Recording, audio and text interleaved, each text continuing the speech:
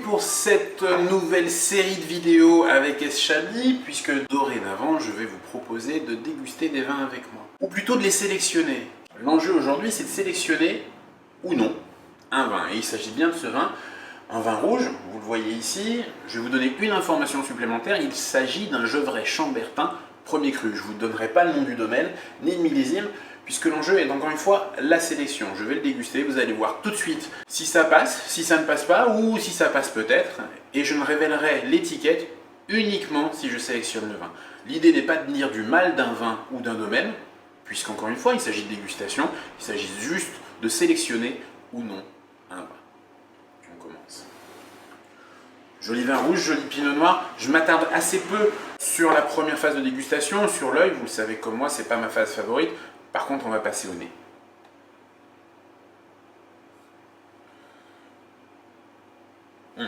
Un premier nez assez riche qui dégage vraiment ces arômes de baies rouges, de petits fruits rouges, avec tout de suite un deuxième nez, un tout petit peu plus riche, un tout petit peu plus puissant, un tout petit peu plus alcool, mais un bel alcool, l'alcool qui va accompagner des cerises à l'eau de vie par exemple.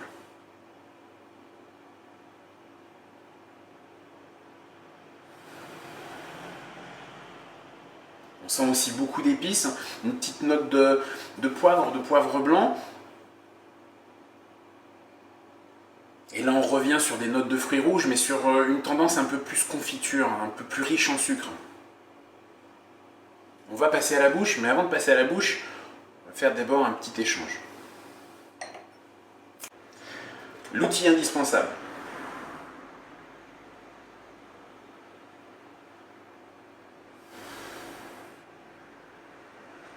Le nez, je vous confirme, c'est ces impressions de fruits, ce sont aussi des petites touches un petit peu comme du zan. Je ne sais pas si vous vous souvenez, si vous êtes aussi vieux que moi, quelque chose qu'on mangeait il y a quelques temps, enfin, une sorte de bonbon assez puissant qui était du zan.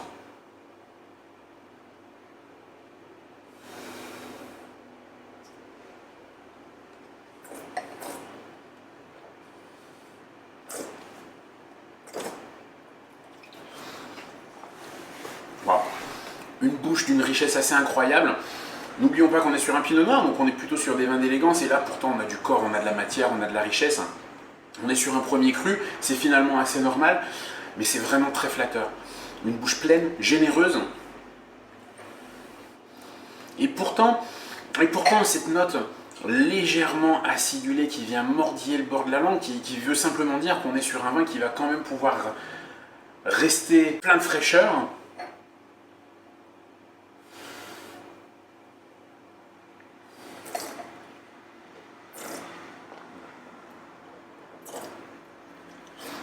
Et puis la structure, vraiment un vin très structuré, des tanins qui sont présents, mais qui sont d'une délicatesse infinie. On est vraiment sur ce côté très bien intégré, soyeux des tanins.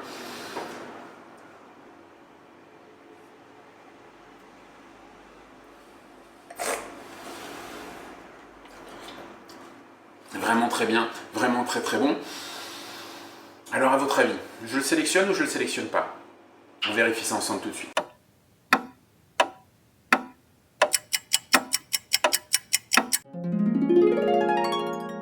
Eh bien oui, on sélectionne le domaine François Leclerc avec un Gevrey Chambertin Les Corbeaux 2013.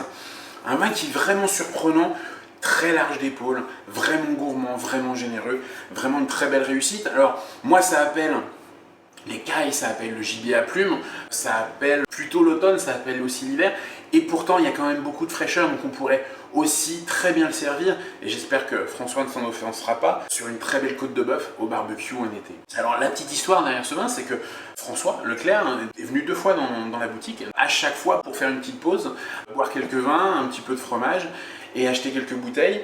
Et la deuxième fois, on m'a donné cette bouteille. Encore une fois, le jeu c'est je sélectionne ou je sélectionne pas, je ne parle que des vins que je trouve assez exceptionnels. Donc voici le domaine François Leclerc qui sera du coup bientôt à S. Chablis. A bientôt!